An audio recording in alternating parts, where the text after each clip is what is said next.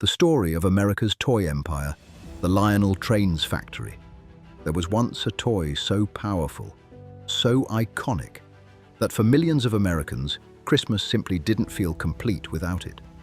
Tiny steel tracks, electric sparks, a glowing locomotive circling the family tree. For generations, Lionel Trains represented childhood magic. But behind the cheerful advertisements and nostalgic memories was a much darker story. A story of dangerous factories, industrial greed, worker exploitation, financial collapse, and the slow destruction of one of America's most beloved toy empires. Because the truth is, the Lionel Trains Factory wasn't just building toys, it was building a machine. One fueled by relentless pressure, brutal manufacturing demands, and an American industrial system that often treated workers as disposable. Tonight, we uncover the dark story of America's toy empire, the rise and fall of Lionel Trains. To understand Lionel, you first have to understand America's obsession with railroads. In the late 1800s and early 1900s, trains were everything, connected the country, transported goods, created fortunes, built cities. To Americans at the time, trains represented progress itself. Massive locomotives thundered across the nation, carrying coal, steel, oil, cattle, and people. Railroad tycoons became some of the richest men alive, and children grew up idolizing trains the way later generations would idolize sports cars or rockets. So when a small electric toy train appeared in New York in 1900, people were mesmerized. Its creator was an inventor named Joshua Lionel Cowan. Ironically, Cowan didn't even intend to create a toy empire. His original electric train was simply a moving storefront display meant to attract attention to merchandise. But customers ignored the products and became fascinated by the train itself. Children crowded around store windows. Adults did too. And Cowan realized he had stumbled into something enormous. Within months, demand exploded. The Lionel Manufacturing Company was born, and America's toy empire had begun. By the 1910s, Lionel trains were spreading rapidly across America. But building these train sets was far more difficult than most people realized. Unlike simple wooden toys, Lionel products required advanced manufacturing. The trains used electric motors, metal wheels, hand-painted components, copper wiring, pressed steel. Every train required dozens of individual parts, and that meant factories, big factories. Lionel expanded aggressively, opening large industrial production facilities filled with heavy machinery and assembly lines. Inside those buildings, conditions were harsh. The noise alone was overwhelming. Metal stamping machines crashed down endlessly. Industrial saws screamed through steel. Motors rattled constantly. Workers often stood shoulder to shoulder for long hours assembling tiny components with extreme precision. One mistake could ruin an expensive train piece, and factory accidents were common. Workers suffered cuts, burns, crushed fingers, and hearing damage. But early 20th century America rarely prioritized worker safety, especially in manufacturing. Factories across the country operated with minimal regulation, and toy factories were no exception. One of the darkest parts of America's industrial rise was the labor behind it. Factories often hired immigrants willing to work for low pay. Women also made up large parts of assembly operations because companies believed they had better attention to detail for small, intricate parts. Some factories even employed teenagers in certain roles. Workers handled toxic paints and industrial chemicals with almost no protective equipment. Many early paints contained lead. Solvents filled the air.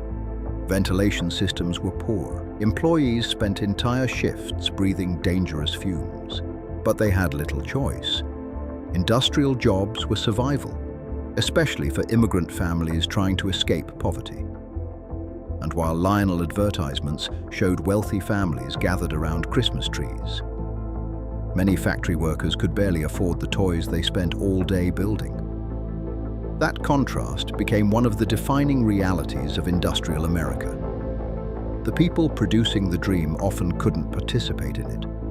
What truly separated Lionel from competitors wasn't just engineering, it was marketing genius.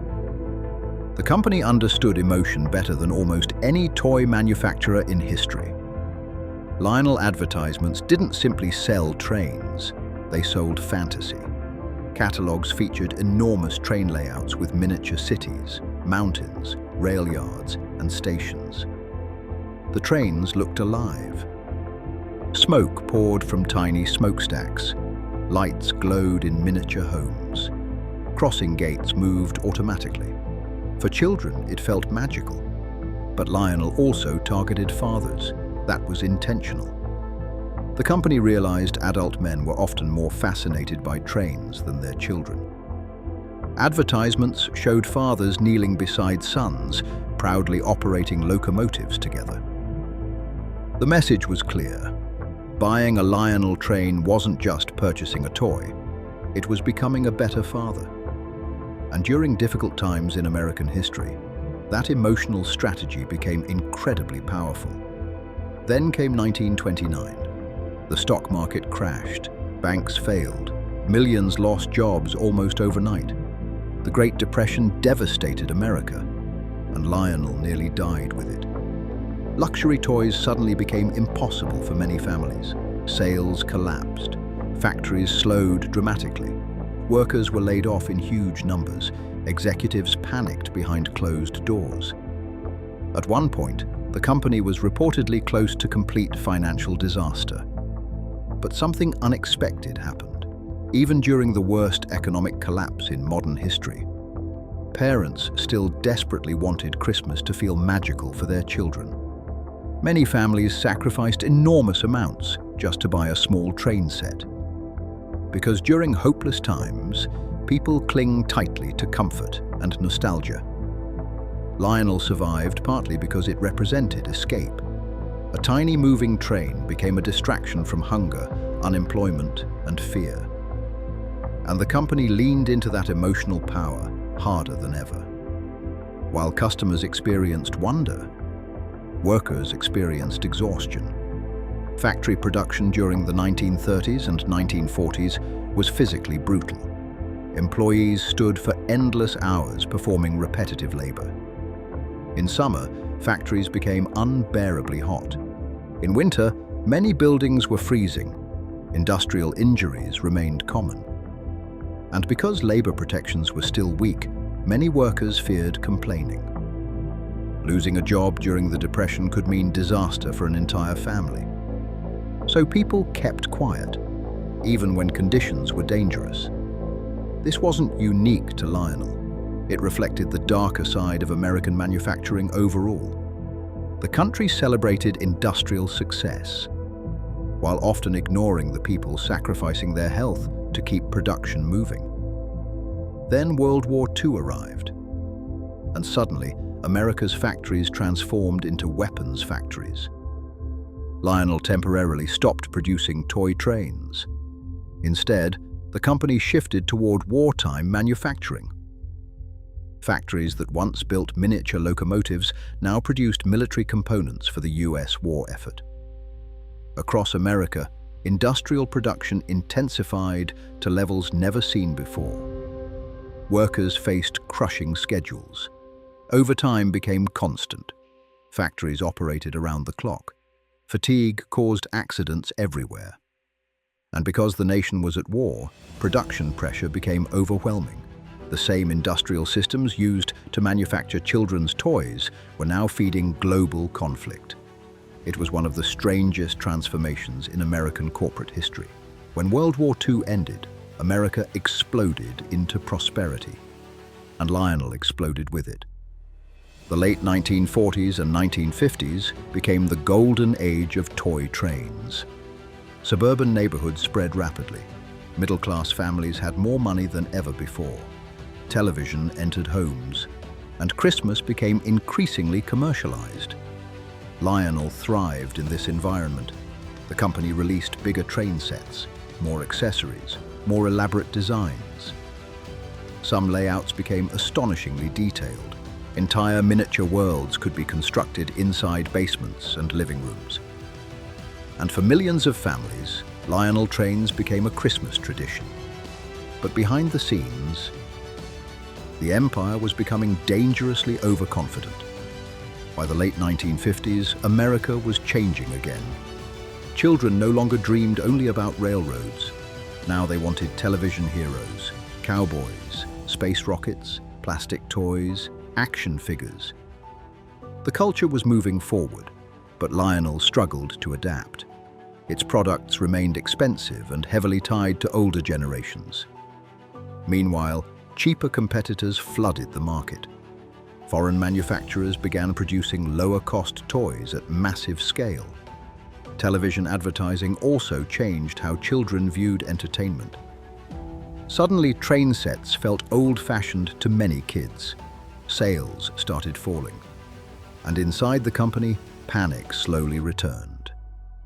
One of Lionel's biggest problems was management itself. Executives believed the company's legendary reputation would protect it forever. It didn't. In an effort to cut costs, Lionel began changing production methods. Some products used cheaper materials. Certain train components became less durable. Collectors and loyal customers noticed immediately. The company's reputation for quality began slipping. And for a nostalgia-driven brand, trust is everything. Once customers feel the magic disappearing, the decline accelerates. At the same time, factories faced layoffs and restructuring. Workers who had spent decades building the empire suddenly faced uncertainty. Communities built around manufacturing began weakening, and America itself was entering a larger industrial collapse. Lionel's downfall mirrored something happening across the entire country. By the 1960s and 1970s, American manufacturing dominance was fading. Factories closed across major industrial cities. Production moved overseas, where labor costs were cheaper. Entire working-class communities were devastated. For decades, industrial jobs had supported millions of families. Now those jobs were disappearing, and companies like Lionel became symbols of that decline. In 1969, Lionel sold its toy train division. The empire had effectively collapsed. For many Americans, it felt unimaginable. One of the greatest toy companies in history, defeated, not by one disaster, but by slow industrial decay. Ironically, Lionel Trains became even more valuable after their decline. Collectors became obsessed. Vintage locomotives sold for huge amounts of money. Rare train sets became prized investments. Entire conventions formed around Lionel nostalgia. Because the trains represented more than toys. They represented memory, a lost version of America. An era people believed was simpler, stronger, and more innocent. But nostalgia can be deceptive. People remembered the Christmas mornings, not the exhausted workers. They remembered the glowing train sets, not the toxic factory fumes. The public image remained polished. The darker realities faded quietly into history. Joshua Lionel Cowan himself lived a complicated life. He was brilliant, ambitious, and relentless. But like many industrial founders, he constantly battled financial instability. Despite creating one of the most iconic toy brands in history, Cowan repeatedly lost control of his own company throughout his career. He spent years fighting investors, financial pressures, and management conflicts. And by the end of his life, the empire he created was no longer truly his. It's a familiar pattern in industrial history. Founders build giants, then the giants evolve beyond them, sometimes destroying the very people who created them. The real dark story of Lionel isn't simply bankruptcy, or factory accidents, or corporate decline. It's what the company reveals about America itself. Because Lionel represented the best and worst of industrial America at the same time. Innovation and exploitation, wonder and exhaustion, family nostalgia and dangerous labor. The trains symbolized happiness. But the empire behind them depended on brutal industrial systems. And in the end, even one of America's most beloved companies couldn't escape collapse. Because industrial empires rarely disappear suddenly. They slowly decay from the inside. One of the most forgotten parts of the Lionel story is what happened after the factories went quiet. Because when people think about Lionel Trains, they picture Christmas mornings, they picture glowing locomotives under trees, happy children, warm nostalgia. But very few people think about the factory towns that depended on Lionel for survival. For decades, entire communities were built around American manufacturing. Factories weren't just workplaces. They were the economic heartbeat of towns and cities. When a factory thrived, local businesses thrived too. Restaurants stayed busy, shops stayed open, families could afford homes. Workers believed their children would have better futures. And for many years, companies like Lionel helped create that stability. But industrial America had a hidden weakness. Many towns became completely dependent on a single employer. And when those companies collapsed, everything collapsed with them. As Lionel downsized and sold off operations, factory workers faced devastating uncertainty. Some employees had spent their entire adult lives building trains. They had no backup plan, no college education, no second career waiting, just factory work. And suddenly, even that was disappearing. Across America during the 1970s and 1980s, scenes like this became tragically common. Factories closed almost overnight. Workers walked out carrying boxes of personal belongings. Machines were abandoned, buildings emptied, parking lots sat silent. Entire neighborhoods slowly deteriorated. And for many former workers, the emotional damage lasted years. These weren't simply job losses, they were identity losses. Because generations of Americans were taught that factory work meant stability. That if you worked hard enough, stayed loyal enough, and sacrificed enough, the company would take care of you. But many industrial workers eventually discovered something painful. Corporations rarely stay loyal to workers when profits begin to fall. Factories closed anyway, production moved elsewhere anyway, and the communities left behind were often forgotten. Some former industrial towns never truly recovered. Poverty increased. Crime rose. Young people moved away, searching for opportunities elsewhere. The American manufacturing dream slowly faded. And in many ways, Lionel became a symbol of that wider collapse. Not just the fall of a toy empire, but the fading of an entire industrial era. Today, abandoned factories across America still stand as reminders of that period. Massive empty buildings covered in rust and broken windows. Ghosts of a time when industrial power ruled the nation. And somewhere inside that story are the forgotten workers who built the trains that millions of Americans still remember so fondly. People whose names never appeared in catalogs, never appeared in advertisements, never appeared in history books. But without them, the Lionel Empire would never have existed at all. Today, Lionel trains still exist. Collectors still treasure them. Tiny locomotives still circle Christmas trees every year. But the world that created Lionel is gone. The giant American factories, the industrial optimism, the belief that manufacturing alone could build endless prosperity.